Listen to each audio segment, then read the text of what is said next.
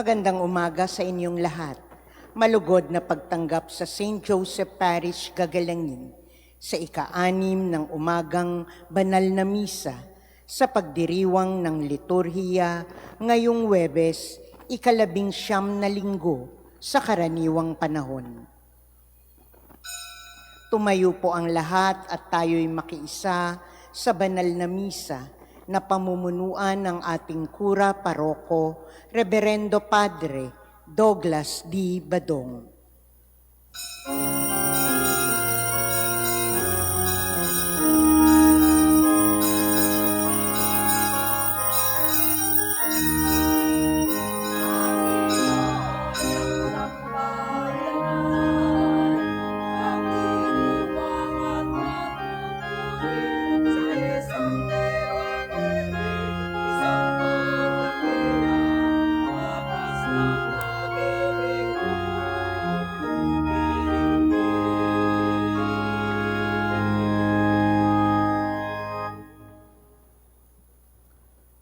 Sa ngalan ng Ama at ng Anak at ng Espiritu Santo, Amen.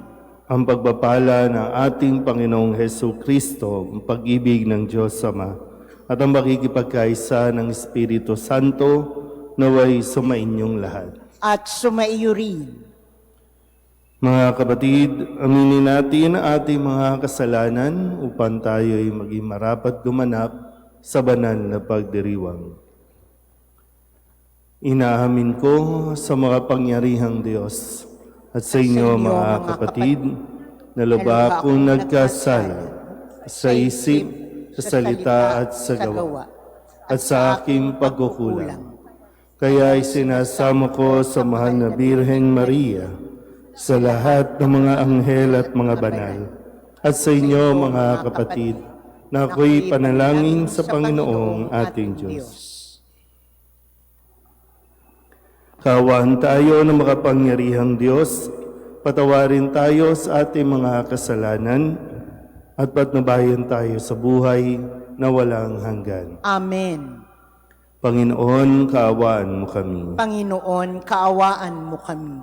Kristo, kaawaan mo kami. Kristo, kaawaan mo kami.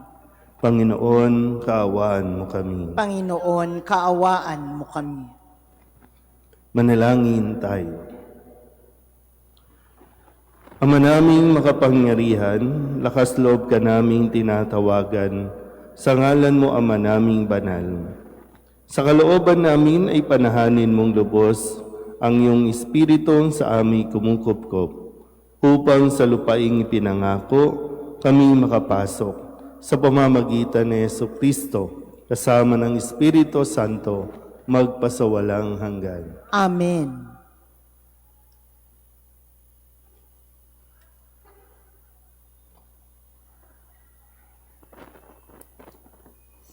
Pagbasa mula sa aklat ni Propeta Ezekiel. Sinabi sa akin ng Panginoon, "Tao, nasa gitna ka ng isang mapaghimagsik na bayan. May mga mata sila ngunit hindi nakakakita at mga taingang hindi nakaririnig pagkat sila'y mapanghimagsik. Kaya nga, magbalot ka ng kailangan mo sa paglalakbay bilang isang itinapon. Bago dumating ang gabi, maglalakad ka sa lansangan ng nakikita nila at baka sakaling makaunawa sila sa kabila ng pagiging mapaghimagsik nila. Samantalang maliwanag pa, maghanda ka ng iyong daladalahan ng nakikita nila at kinagabihan ay maglalakad kang parang manlalakbay. Pagkatapos, bumutas ka sa pader at doon ka magdaan. Pasanin mo ang iyong daladalahan at lumakad kang nakikita nila. Magtakip ka ng mukha para hindi mo makita ang lupain pag-alis mo, pagkat ikaw ang gagawin kong pinakababala sa mga Israelita. At ginawa ko ang lahat ayon sa utos sa akin. Nang araw na iyon, naghanda ako ng aking madadala bilang isang takas. Kinagabihan, bumutas ako sa pader at nagpatuloy sa paglalakbay na nakikita nila habang pasan ko ang aking mga daladalahan. Kinaumagahan, sinabi sa akin ng Panginoon, "Tao, hindi ba't itinanong sa iyo ng mapaghimagsik ng mga Israelitang yaon kung ano ang iyong ginagawa? Sabihin mo sa kanila na ipinasasabi ko, ang pahayag na ito ay para sa pinuno ng Jerusalem at sa buong Israel. Sabihin mong ang ginawa mo ang pinakababala sa gagawin sa kanila. Itatapon sila at ipabibihag. Pagdilim, papasanin ang pinuno ng Jerusalem ang kanyang daladalahan at tatakas sa pamamagitan ng butas sa pader. Magtatakip siya ng kanyang mukha para hindi niya makita ang lupaing iiwan niya." Ang salita ng Diyos. Salamat sa Diyos. Hindi nila malilimot ang dakilang gawa ng Diyos. Hindi nila malilimot ang dakilang gawa ng Diyos. Ngunit sila'y naghimagsik sa kataas-taasang Diyos. Hindi nila iginalang ang kanyang mga utos. Katulad ng nuno nila, sila'y kusang tumalikod. Naktaksil na wari pa ng lumipad ng walang taros. Hindi nila malilimot ang dakilang gawa ng Diyos. Nanibugho itong Diyos sa kanila ay nagalit nang makita ang dambana ng larawang iniukit. Sumama ang loob niya noong ito ay mamasid. Itinakwil ang Israel sa tindi ng kanyang galit. Hindi nila malilimot ang dakilang gawa ng Diyos. Sa gisag ng kanyang lakas, ang kaba ng kanyang tipan, binayaan na mahulog at makuha ng kaaway. Nagalit sa kanyang bayat, ibinigay sa kaaway. Kaya naman ang marami sa kanila ay namatay. Hindi nila malilimot ang dakilang gawa ng Diyos. Magsitayo po ang lahat.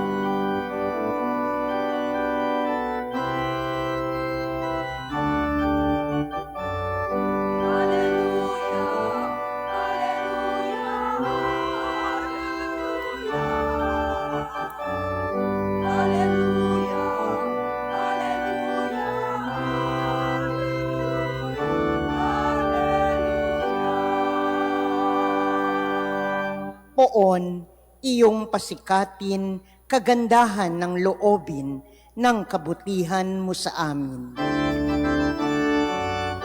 Hallelujah, Hallelujah, Hallelujah, Hallelujah,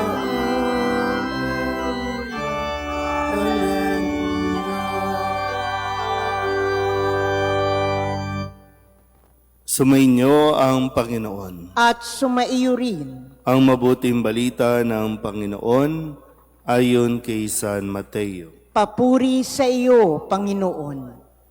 Noong panahong iyon, lumapit si Pedro at nagtanong kay Jesus, "Panginoon, makailan pong patatawarin ang aking kapatid na paulit-ulit na nagkakasala sa akin? Makapito po ba?" Sinagot siya ni Jesus, "Hindi ko sinasabing makapito, kundi 70 ulit pa nito. Sapagkat ang paghahari ng Diyos ay katulad nito. Ipinasya ng isang hari na pagbayari ng kanyang mga lingkod na may utang sa kanya. Unang dinala sa kanya ang isang may utang na 10 milyong piso. Dahil sa siya'y walang ibayad, iniutos ng hari na ipagbili siya, ang kanyang asawa, mga anak, at lahat ng ari-arian upang makabayad. Nanikluhod ang taong ito sa harapan ng hari at nagmakaawa. Bigyan pa ninyo ako ng panahon at babayaran ko sa inyo ang lahat. Naawa sa kanya ang hari, kaya ipinatawad ang kanyang mga utang at pinayaon siya.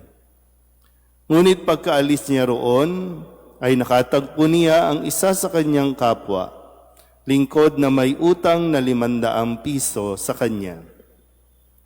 Sinunggaban niya ito at sinakal. sabay wika, magbayad ka ng utang mo. Naglumuhod iyon at nagmakaawa sa kanya. Bigyan mo pa ako ng panahon at babayaran kita. Ngunit hindi siya pumayag. Sa halip, ipinabilanggo niya ang kanyang kapwa-lingkod hanggang sa ito'y makabayad. Nang makita ng kanyang mga kapwa-lingkod ang nangyari, sila'y labis na nagdamdam. Pumunta sila sa hari at isinumbong ang nangyari. Kaya't ipinatawag siya ng hari. Ikaw, napakasama mo, sabi niya. Pinatawad kita sa utang mo sapagkat nagmakaawa ka sa akin. Nahabag ako sa iyo. Hindi ba dapat ka ring mahabag sa kapwa mo? At sa galit ng hari, siya'y ipinabilanggo hanggang sa mabayaran niya ang kanyang utang. Gayon din ang gagawin sa inyo ng aking amang nasa langit, kung hindi ninyo patatawarin ang inyong kapatid.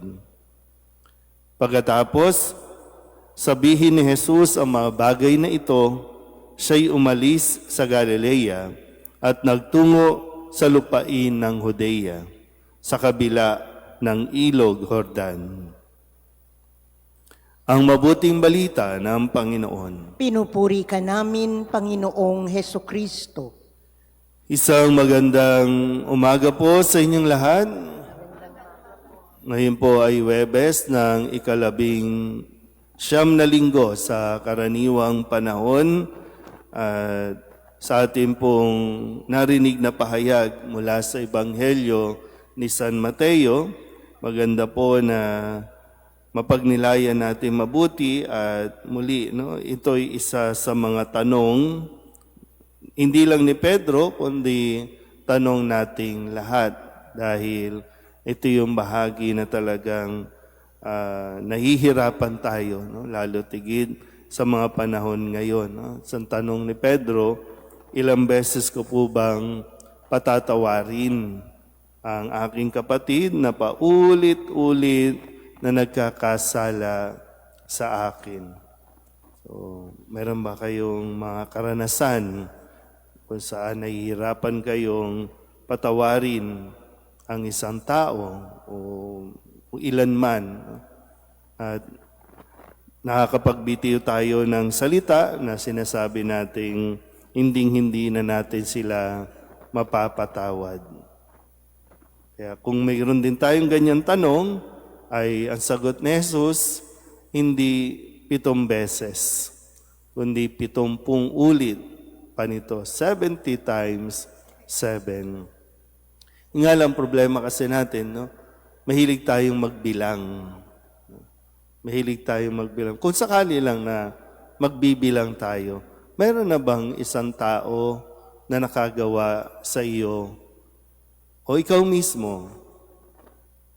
May nagawan ka ba ng pagkakamali? Ilang beses na? Sige nga, isipin nyo nga muna. Ilang beses na? Parang sabihin na natin, siguro mga 5 beses, 2 beses.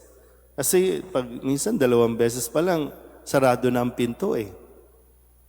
Hindi na siya pwedeng bumalik, hindi na siya pwedeng lumapit.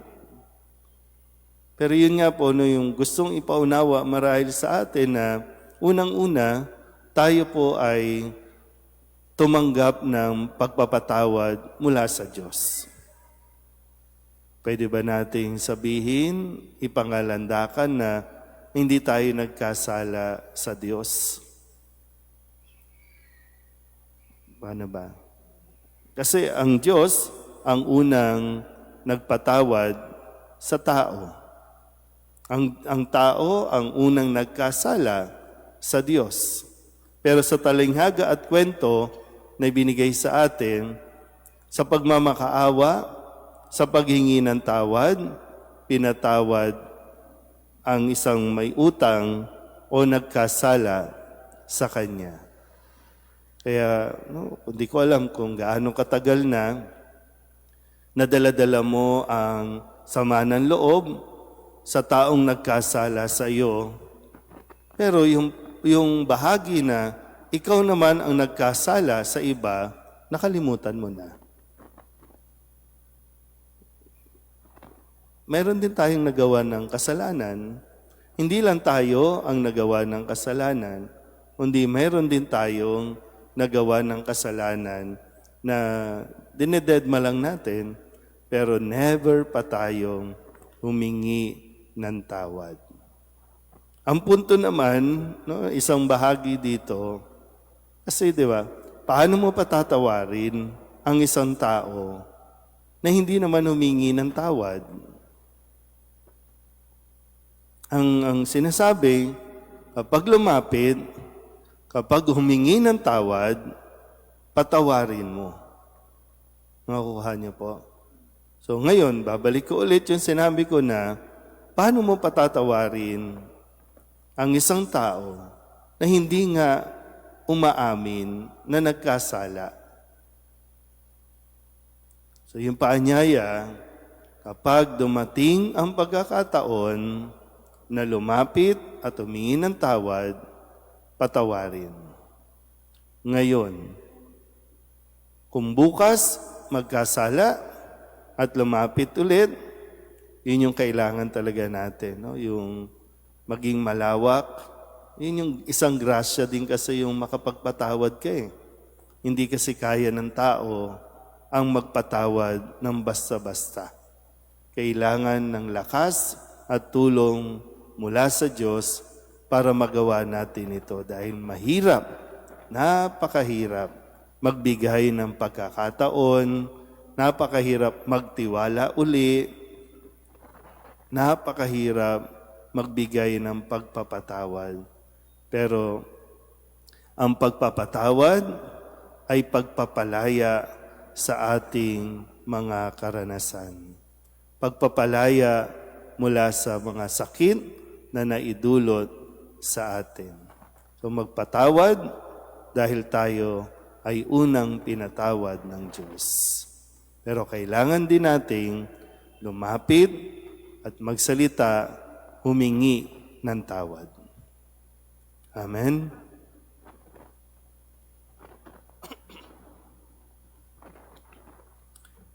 Manalangin tayo sa Diyos upang makapagdulot ng pakikipagkasundo sa daigdig ang kanyang bayan na nakadama ng kanyang pagpapatawad. Ang ating pong itutugon.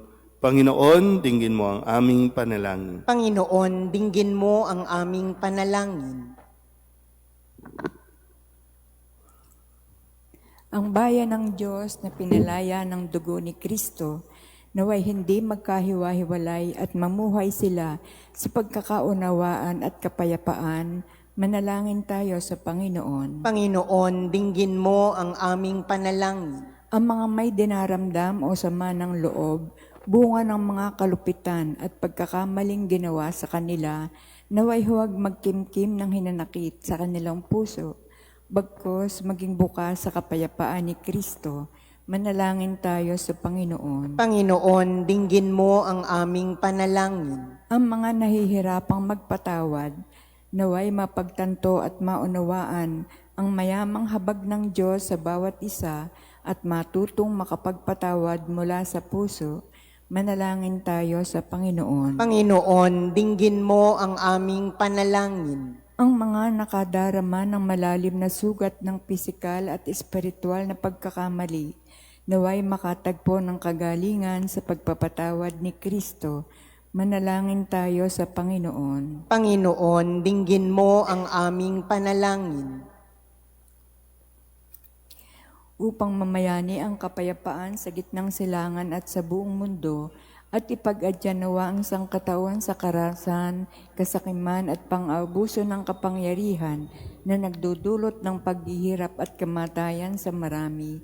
Manalangin tayo sa Panginoon. Panginoon, dinggin mo ang aming panalangin. Upang ang lahat ng mga nagdurusa dahil sa kalupitan ng digmaan ay daglian ng makaranas ng kapayapaan at mabuhay ng may kapanatagan at kalayaan. Manalangin tayo sa Panginoon. Panginoon, dinggin mo ang aming panalangin. Ang mga tapat na namayapa naway patawarin sa kanilang mga kasalanan. Manalangin tayo sa Panginoon. Panginoon, dinggin mo ang aming panalangin. Dalugin natin sa Panginoon ang ating mga personal na kahilingan at mga panalangin para sa ating mga pamilya, kasama din ang mga kahilingan ng mga nanonood sa online. Lahat ng mga misang pasasalamat, special na intensyon, agarang paggaling ng mga may sakit, tang lahat ng mga kaluluwa na inihiling na ipagdasal sa misang ito. Ang lahat ng ito ay inihiling namin sa ngalan ni Kristo ang aming Panginoon. Amen.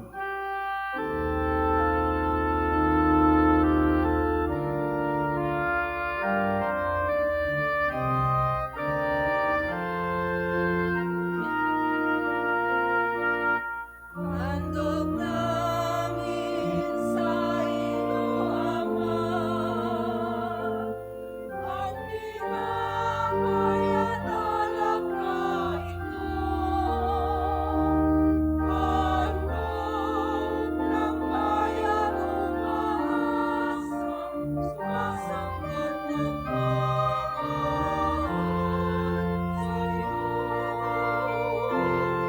handog namin sa iyo, Ama, ang tinapay at alak na ito. Handog ng bayang umaasang sumasanglat ng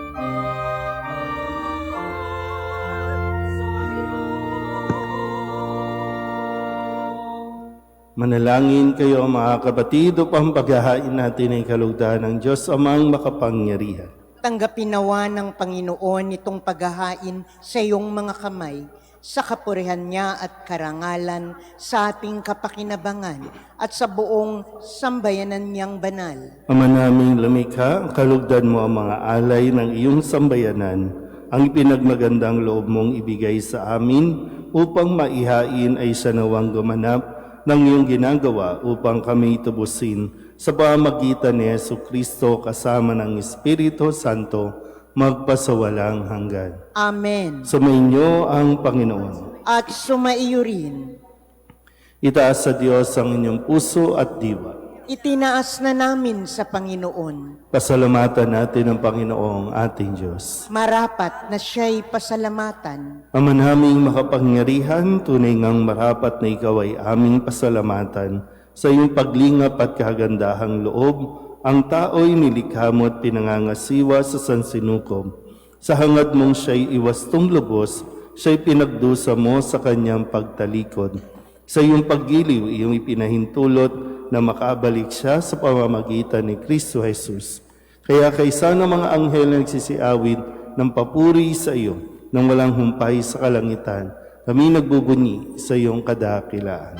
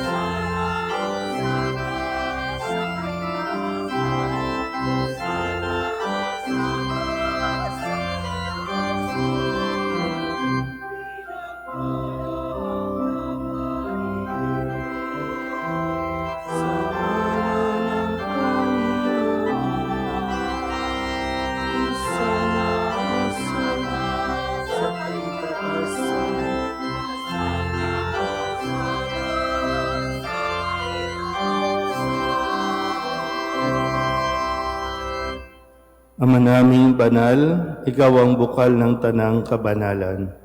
Kaya't sa pamamagitan ng iyong Espiritu, gawin mong banal ang kaloob na ito upang para sa aming maging katawan at dugo ng aming Panginoong Hesu Kristo. Bago niya pinagtiis ang kusang loob na maging handog, inawakan niya ang tinapay, pinasalamatan kaniya, pinaghati-hati niya iyon, iniabot sa kanyang mga alagad at sinabi, Tanggapin ninyong lahat ito at kanin, ito ang aking katawan na ihahandog para sa inyo.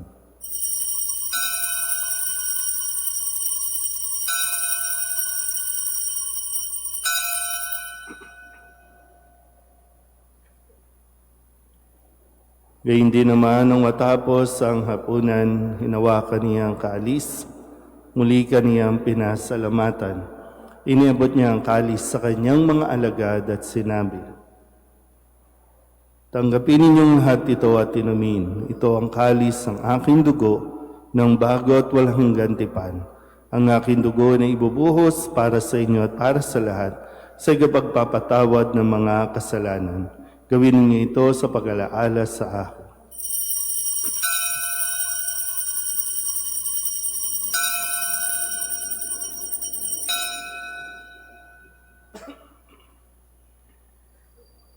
Ipagbunyi natin ang misteryo ng pananampalataya. Si Kristo'y namatay, si Kristo'y nabuhay, si Kristo'y babalik sa wakas ng panahon. Ama, ginagawa namin ngayon ang pag-alaala sa pagkamatay at muling pagkabuhay ng iyong anak. Kaya tiniaalay namin sa iyo ang tinapay na nagbibigay buhay at ang kalis na nagkakaloob ng kaligtasan. Kami napapasalamat dahil kami iyong minarapat na tumayo sa harap mo para maglingkod sa iyo. Isinasamo namin kami magsasalo-salo sa katawan at dugo ni Kristo ay mabuklod sa pagkakaisa sa pamamagitan ng Espiritu Santo. Ama, lingapin mo ang iyong simbahang laganap sa buong daigdig. Puspusin mo kami sa pag-ibig kay San Leon na aming Papa at ni Jose na aming Obispo at ng Tanang Kaparian. Alalahanin mo si Philip na tinawag mo mula sa daigdig na ito. Nung siya'y binyagan, siya'y nakaisa ni Kristo sa pagkamatay. Ngayon siya'y pumanaw, naway makaisa siya ni Kristo sa pagkabuhay. Alalahanin mo rin ang mga kapatid naming nahimlay na may pag-asa sila'y muling mabubuhay, gayon din ang lahat ng mga pumanaw. Kawaan mo sila at patuloyin sa iyong kaliwanagan. Kawaan mo at pagindapating kaming lahat na makasalo sa iyong buhay na walang wakas. Kaysa ng mahal na Birheng Maria na ina ng Diyos, ng kabiyak ng puso niyang si San Jose, kaysa ng mga apostol at ng lahat ng mga banal na namuhay dito sa daigdig ng kalugod-lugod sa iyo, may pagdiwang nawa namin ang papupuri sa ikararangal mo sa pamamagitan ng iyong anak na aming Panginoong Hesukristo. Sa pamamagitan ni Kristo, kasama niya at sa Kanya, ang lahat ng parangal at papuri ay sa iyo, Diyos Amang makapangyarihan, kasama ng Espiritu Santo, magpasawalang hanggan.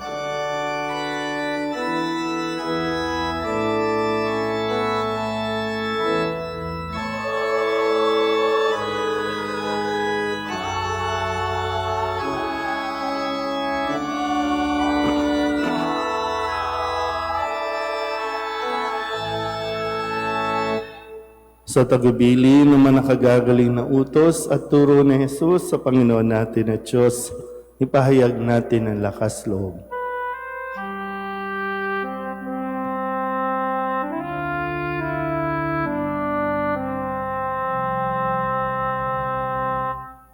Ama namin, sumasalangit ka, sambahin ang ngalan mo, mapasa amin ang kaharian mo, sundin ang loob mo, dito sa lupa para ng sa langit. Bigyan mo kami ngayon ng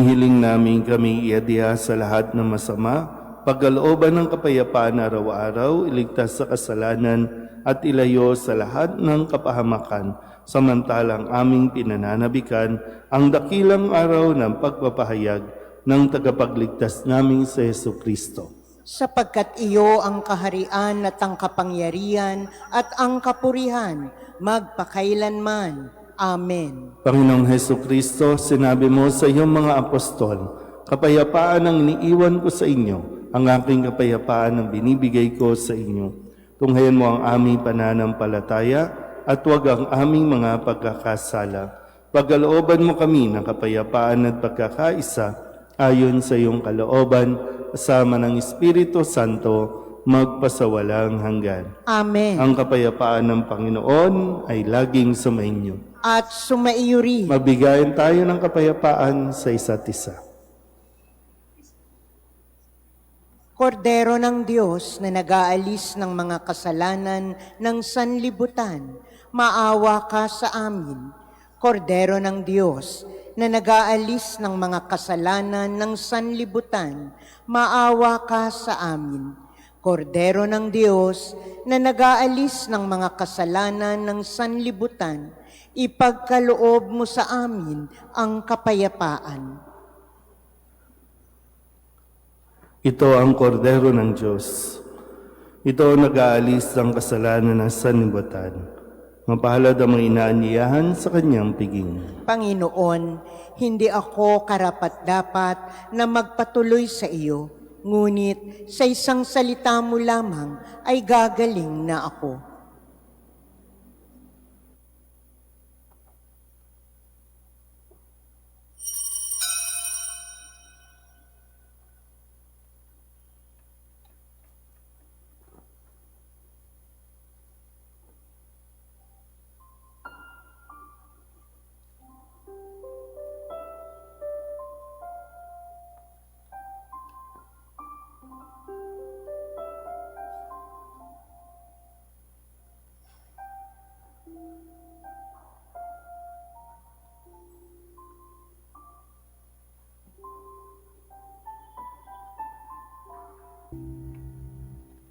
Magsiluhod po ang lahat para sa panalangin kay San Jose.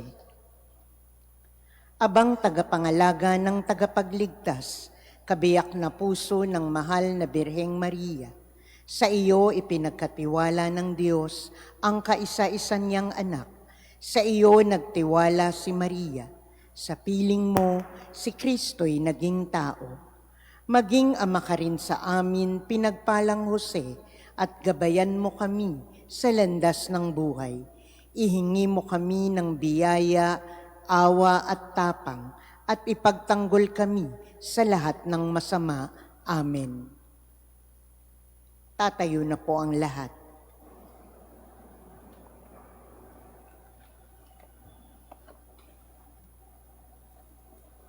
Manalangin tayo.